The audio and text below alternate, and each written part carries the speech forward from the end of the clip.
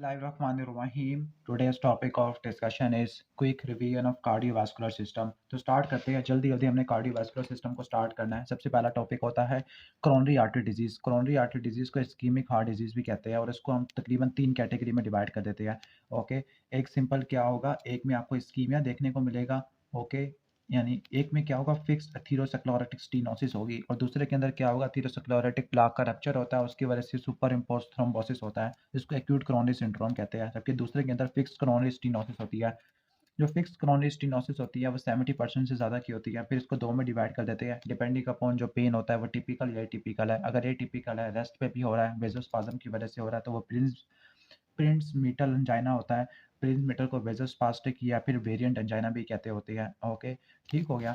जबकि दूसरा एंजाइना ऐसा होता है जो कि 4 चीज़ों से बढ़ता होता है। एक्सरसाइज से, इमोशनल स्ट्रेस से, खाना खाने से, एक्सर्शन लेने से, इमोशनल स्ट्रेस से, इसके अलावा कोल्ड वेदर हो गया, इसकी वजह से बढ़ता है, तो उसको बोलते हैं stable angina. Okay, stable angina का पेन रेस्ट लेने से, नाइट्रोग्लिसरीन लेने से ठीक हो जाता है। इसके बाद एक्यूट कोरोनरी सिंड्रोम है। एक्यूट कोरोनरी सिंड्रोम को आपने दो में डिवाइड करना होता है, ठीक है। अगर कार्डिक बायोमार्कर नेगेटिव है तो अनस्टेबल एंजाइना होता है, और अगर कार्डिक बायोमार्कर पॉजिटिव है तो वो दो में आपने डिवाइड करना होता है depending upon ECG finding. And STEMI होगा अगर सब टोटल थ्रोम्बोसिस है, अगर टोटल थ्रोम्बोसिस है तो वो क्या होगा, सिस्टेमी होगा। ओके, ठीक हो गया, ये आ जाएगा।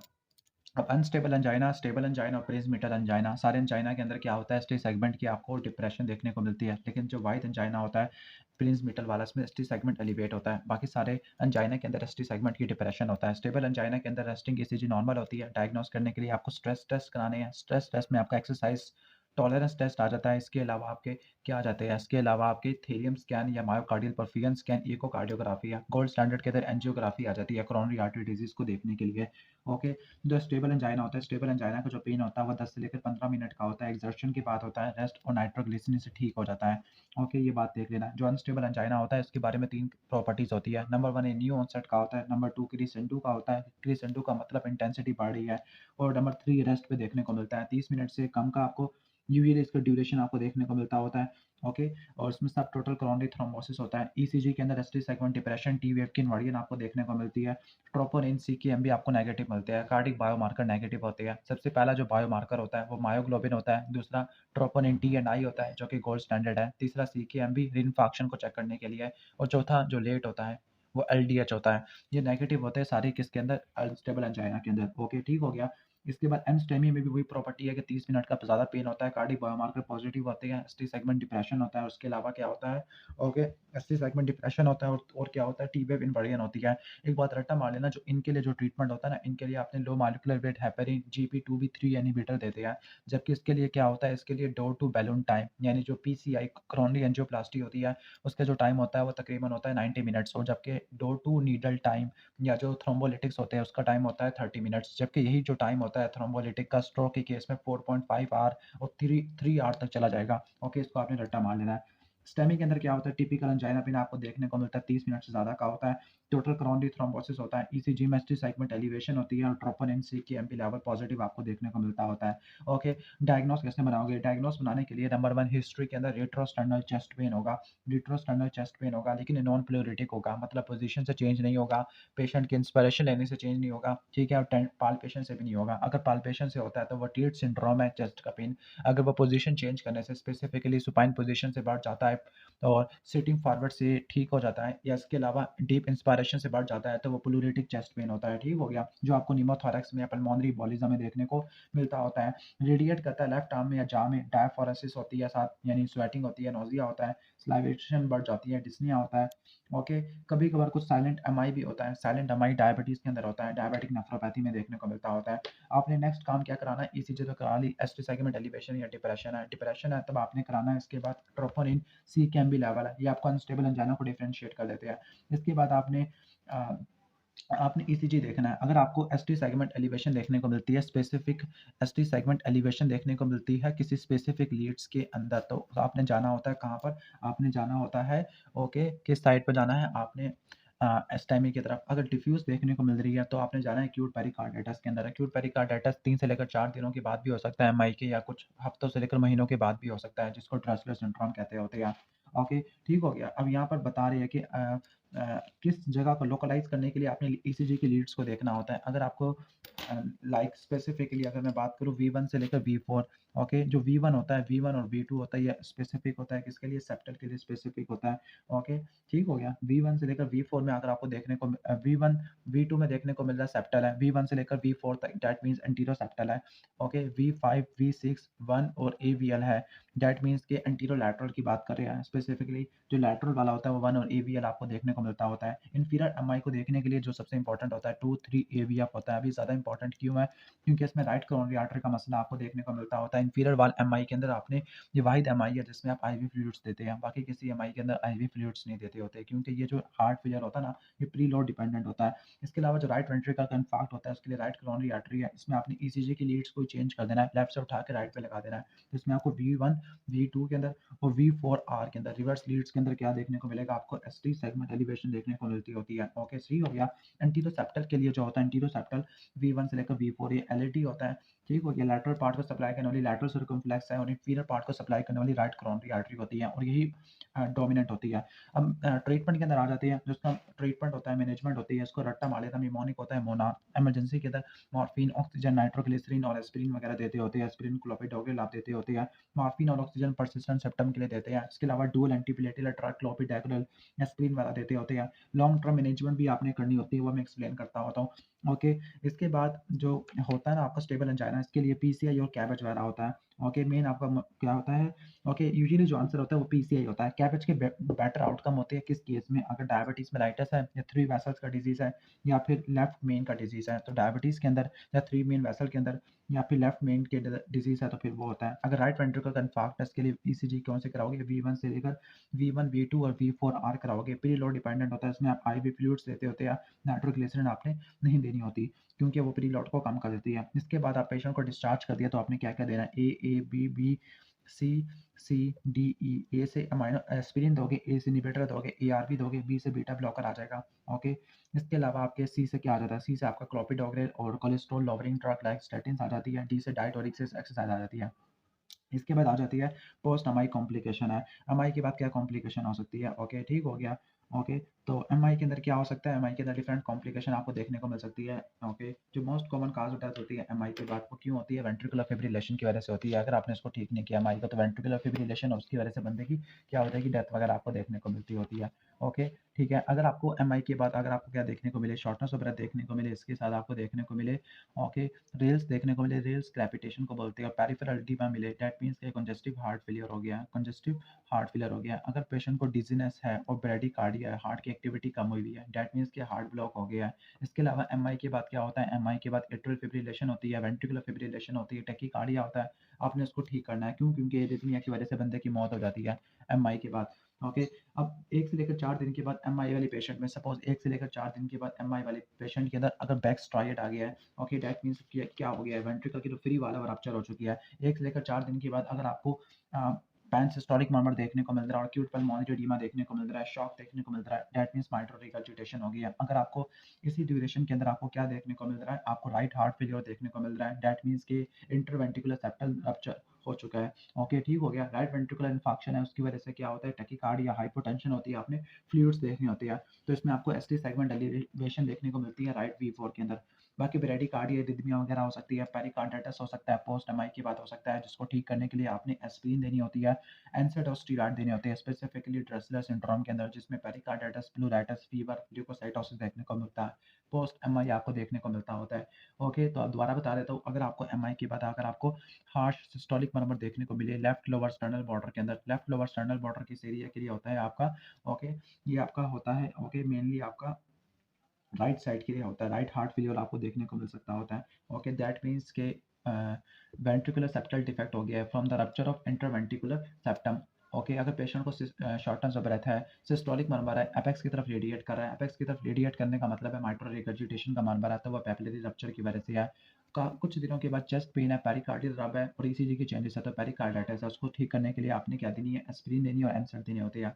और कुछ महीनों से लेकर कुछ वीक से लेकर मंथ तक एक सिंड्रोम आ जाता है, ड्रेसलेस सिंड्रोम, जिसमें बुखार होता है, चेस्ट पेन होता है जो कि रिलीव हो जाता है बाय सिटिंग फॉरवर्ड, तो ये ड्रेसलेस सिंड्रोम होता है। ऑटोइम्यून पेरिकार्डाइटिस होता है, इसको भी ठीक करना है, आपने एस्पिरिन से और एनसैड से ठीक करना होता है। अगर पेशेंट को चेस्ट टाइटनेस होती है कुछ दिनों के बाद एमआई के, ओके, अगर आपको एसटी सेगमेंट एलिवेशन देखने को मिल रही है, दैट मीन्स कि उसका रिकरेंट इन्फेक्शन होगी। और रिकरेंट इन्फेक्शन को चेक करने के लिए क्या करवाते होते हैं, रिकरेंट इन्फेक्शन को चेक कराने के लिए हम करते होते हैं, ओके, CKMB के लेवल को चेक कराते हैं। अगर कोई यंग फीमेल है और उसमें, ओके, यंग फीमेल है और उसमें स्मोकिंग, वो स्मोकर कर रही है, स्मोकिंग कर रही है, तो उसमें क्या होता है, वेजोस्पाज्म होता है, तो उसमें प्रिंस मीटल एंजाइना आपको देखने को मिलता है। क्रोनिक एंजियोग्राफी करा लोगे, कैल्शियम चैनल ब्लॉकर नाइट्रेट वाला आप इस्तेमाल करोगे, ओके। अगर इनिशियल ट्रोपोनिन नेगेटिव है तो आपने 6 से लेकर 8 घंटों बाद आपने चेक कराना होता है, ठीक है। इसके अलावा एक टीमी स्कोर भी होता है, लेकिन आपने उसको रट्टा नहीं मारना होता। तो पहला टॉपिक तो हो गया, वो हो गया आपका ये कोरोनरी आर्टरी डिजीज है। इसके बाद हम आ जाते हैं हार्ट फेलियर के अंदर आ जाते हैं, okay. Heart failure, congestive heart failure, congestive heart failure का मतलब है बाईवेंट्रिकुलर हार्ट फेलियर, जिसमें कंजेशन आपको देखने को मिलती है। लेफ्ट का हो सकता है, राइट का हो सकता है, ओके। राइट क्वाड्रेंट में क्या, सॉरी, राइट हार्ट फेलियर की वजह से क्या होगा, आपको टेंडर हिपैटोमेगाली देखने को मिलती है, like right upper quadrant pen में आपको डिस्कम्फर्ट देखने को मिलेगा। इसके अलावा जुगुलर वीनस डिस्टेंशन देखने को मिलेगी, हिपैटोजुगुलर रिफ्लेक्स आपको देखने को मिलता होता है। जबकि लेफ्ट साइड में आपको डिस्निया वाली फाइंडिंग होती है, लाइक डिस्निया होता है, ऑर्थोपनिया होता है और पैरोक्सिमल नॉक्टर्नल डिस्निया आपको देखने को मिलता है। पल्मोनरी एडीमा होगा, रेल्स होगी।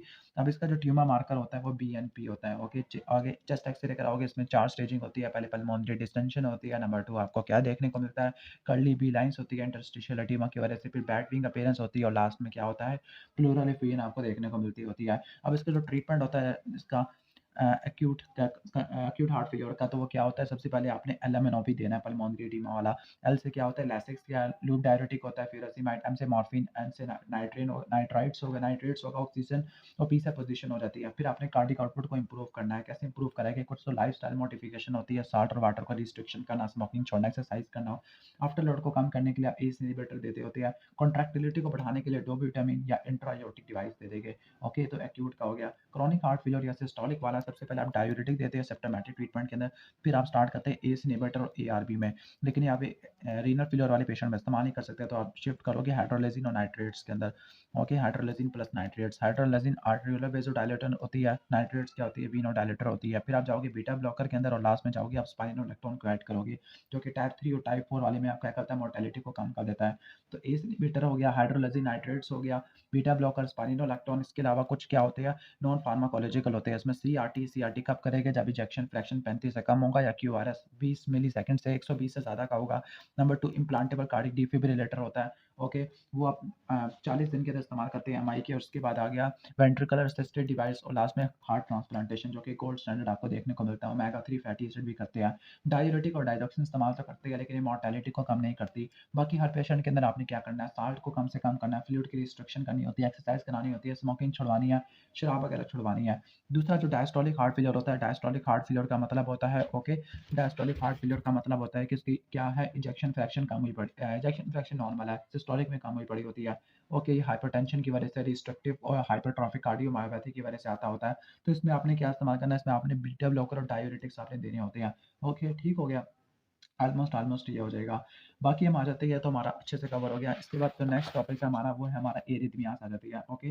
अब एरिथमियास आपने, वैसे एरिथमियास को मैं यहाँ पे लिख देता हूँ, वैसे एरिथमियास वाला टॉपिक है, पहले मैं बेसिक स्केच बना देता हूँ, ओके। एरिथमियास एक एट्रियल फिब्रिलेशन पढ़ना है, दूसरा आपने टैकी एरिथमियास पढ़ने हैं, जिसमें नैरो और ब्रॉड कॉम्प्लेक्स आ जाएगी, और तीसरा क्या आ जाएगा, ब्रैडी एरिथमियास होते हैं, जिसमें first degree, second degree, third degree heart block आ जाता है। सबसे पहले एट्रियल फिब्रिलेशन आ जाती है। एट्रियल फिब्रिलेशन के जो काजेज है, उसका निमोनिक या पायरेट्स होता है, पी से क्या होता है, पल्मोनरी एम्बोलिज्म, आई से क्या होता है, इस्कीमिया होता है, आर से रूमेटिक हार्ट डिजीज है, ए से एथेरोस्क्लेरोसिस, ए से एट्रियल मैक्सिमा, टी से थायरोटॉक्सिकोसिस, ई से एथेनॉल और एस से सेप्सिस होती है, ओके। या रट्टा मार लेना, ये किसका मैंने बताया, एट्रियल फिब्रिलेशन का बताया होता है। मेन जो होता है वो एथेनॉल ड्रग्स, अल्कोहल की वजह से आपको देखने को मिल सकता होता है, ओके। ठीक हो गया, जैसे ये देख लेना, अल्कोहल की वगैरह की वजह से, ओके। तो या रूमेटिक हार्ट डिजीज़ की वजह से होता है, ओके, तो ये हो जाएगा, बाकी इसका निमोनिक है। ट्रीटमेंट के अंदर आ जाते हैं। ट्रीटमेंट एट्रियल फिब्रिलेशन का क्या होता है? अगर हीमोडायनामिकली अनस्टेबल होगा तो इलेक्ट्रिकल कार्डियोवर्जन करेंगे। नंबर 1 स्टेप होता है रेट को कंट्रोल करेंगे, वो आप बीसीटी से करोगे, beta blocker, calcium channel blocker, digoxin से। नंबर 2 रिदम को कंट्रोल करोगे, रिदम को कंट्रोल करोगे। अगर 48 आवर्स से कम का है और लो रिस्क है, चैट्स, वास्ट स्कोर है, तो आपने क्या देना? सबसे पहले इंट्रावेनस हेपेरिन देनी होती है और नंबर 2 फिर आपने कार्डियोवर्जन करनी होती है। इलेक्ट्रिकल होती है, फार्माकोलॉजिकल होती है। फार्माकोलॉजिकल एफएपी से होती है, फ्लेसिनाइट, एमिल्ट्रियोन, पी से प्रोकेनामाइड है। अगर 48 आवर का एट्रियल फिब्रिलेशन है तो आपने चैट वी स्कोर ज़्यादा इस्तेमाल आपको ज़्यादा देखने को मिल रहा है, तो आप पहले क्या करोगे? ट्रांस ईसोफेजियल इकोकार्डियोग्राफी कराओगे। उसके अंदर आपको लेफ्ट एट्रियल का थ्रोम्बस मिल गया, तो फिर आप क्या कराओगे? अगर थ्रोम्बस मिल गया तो आप पहले क्या कराओगे? एंटीकोगुलेशन करोगे वारफेरिन से 3 हफ्ते तक। ओके, फिर आप कार्डियोवर्जन करोगे, फिर आप क्या करोगे?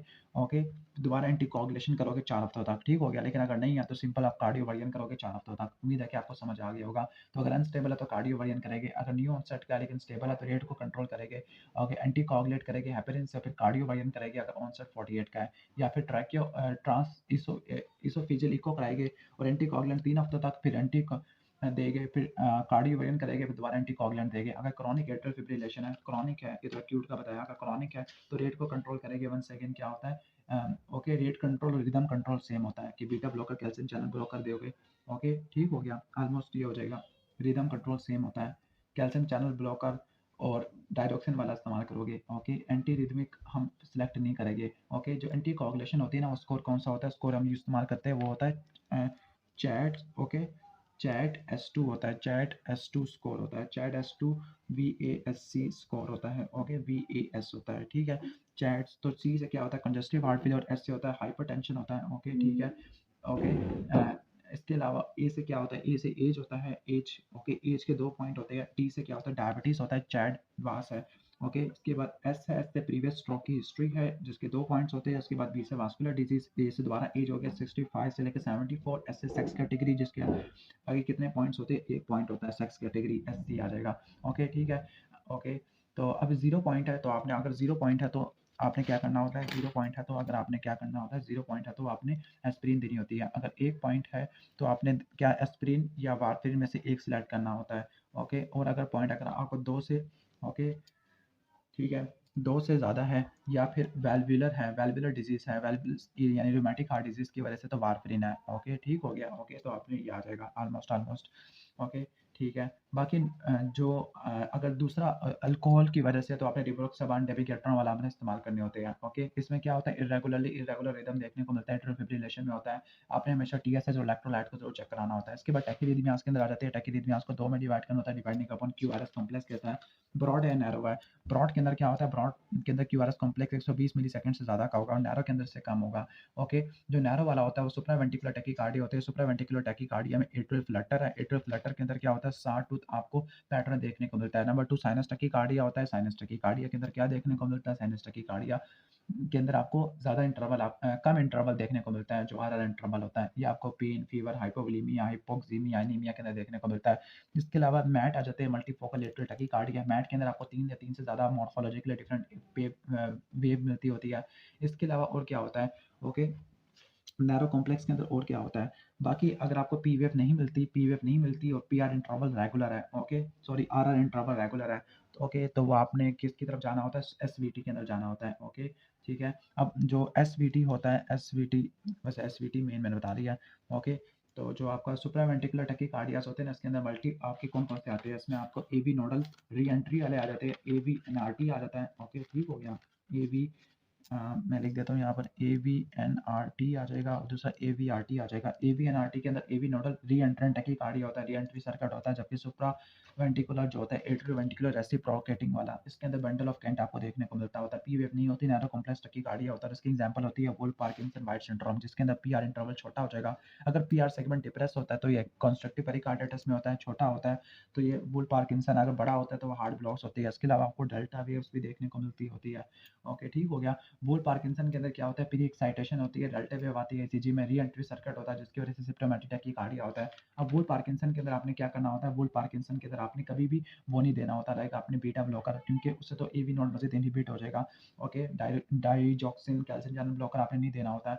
ओके, क्योंकि प्रेसिपिटेट कर देगा ड्यू टू स्लो कंडक्शन। आपने प्रोकेनामाइड देना है और उसके अलावा जो क्रॉनिक के लिए रेडियो फ्रीक्वेंसी एब्लेशन होता है, ये हमेशा क्यूरेटिव होता है। जो वेंट्रिकुलर टैकीकार्डिया होता है, ये आपको किस में आता है? ब्रॉड कॉम्प्लेक्स में देखने को मिलता होता है। ओके, अब ये भी डिफरेंट टाइप का होता है, मोनोमॉर्फिक और पॉलीमॉर्फिक है। पॉलीमॉर्फिक के अंदर आपकी एग्जांपल आ जाती है टॉर्सोइडिस पॉइंटर्स की। ओके, इसके उसमें ब्रूगार्टर सिंड्रोम भी आ जाता होता है, उसके अंदर भी आप क्या करते हैं? Beta blocker, calcium channel blocker नहीं देते होते। इसके बाद हम ब्रैडी रेजिमियास के अंदर आ जाते हैं। ये एबी ब्लॉक्स होते हैं। ओके, जो फर्स्ट डिग्री वाला होता है, इसके अंदर क्या होता है? प्रोग्रेसिव पीआर इंटरवल बढ़ता रहता है। सॉरी, फर्स्ट के अंदर uniformly prolong PR interval 200 millisecond से ज़्यादा का होता है। सेकंड डिग्री के अंदर जो होता है सेकंड मोबिट्स टाइप 1 है, सेकंड डिग्री का मोबिट्स टाइप 1 है, तो वो वेन की बैक होता है। इसमें प्रोग्रेसिव पीआर प्रोलॉन्गेशन होती है, यहाँ तक कि कोई एक बीट मिस हो जाती है।